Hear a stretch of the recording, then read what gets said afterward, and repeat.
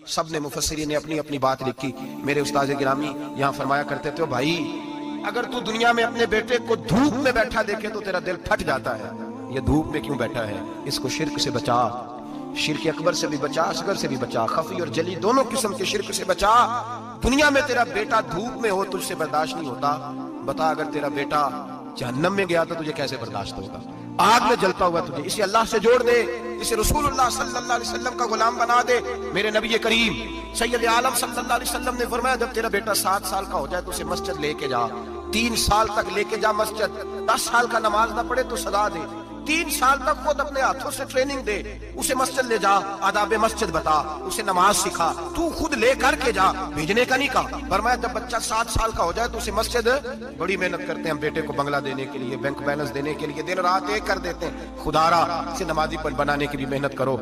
हजरत बाबा फरीदुद्दीन गंजे शकर रहमतुल्लाह ताला अलैह की अम्मा कहती हैं, जब मेरा बेटा पैदा होने वाला था तो मैं रब की बारगाह में दुआ करती थी, अल्लाह अगर तू मुझे बेटा दे तो इस तरह का देना, बेटा मेरा हो पर बंदा तेरा हो।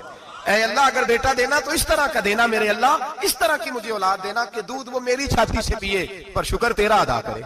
ऐ अल्लाह अगर बेटा देना तो इस तरह का देना कि कुव्वत रोटी रोजी वो जमीन पे खाए लेकिन इसी जमीन पर वो तेरे दीन का सिपाही भी बने, वो मुजाहिद फी सबीलिल्लाह भी बने। हजरत बाबा साहब कहते हैं मुझे शक्कर पसंद थी, अम्मा बड़े जतन करती है बेटे के लिए, बड़ा कुछ करती है, और बेटे रोटी टाइम पे खाना फुला का। कहते मुझे शक्कर पसंद थी, मेरी अम्मा सर्दियों के ठंडे मौसम में उठ के मेरे लिए पानी भी गर्म करती, मुसल्ला भी बिछाती, और फिर एक पुड़िया शक्कर की बना के मेरे मुसल्ले के नीचे भी रखती।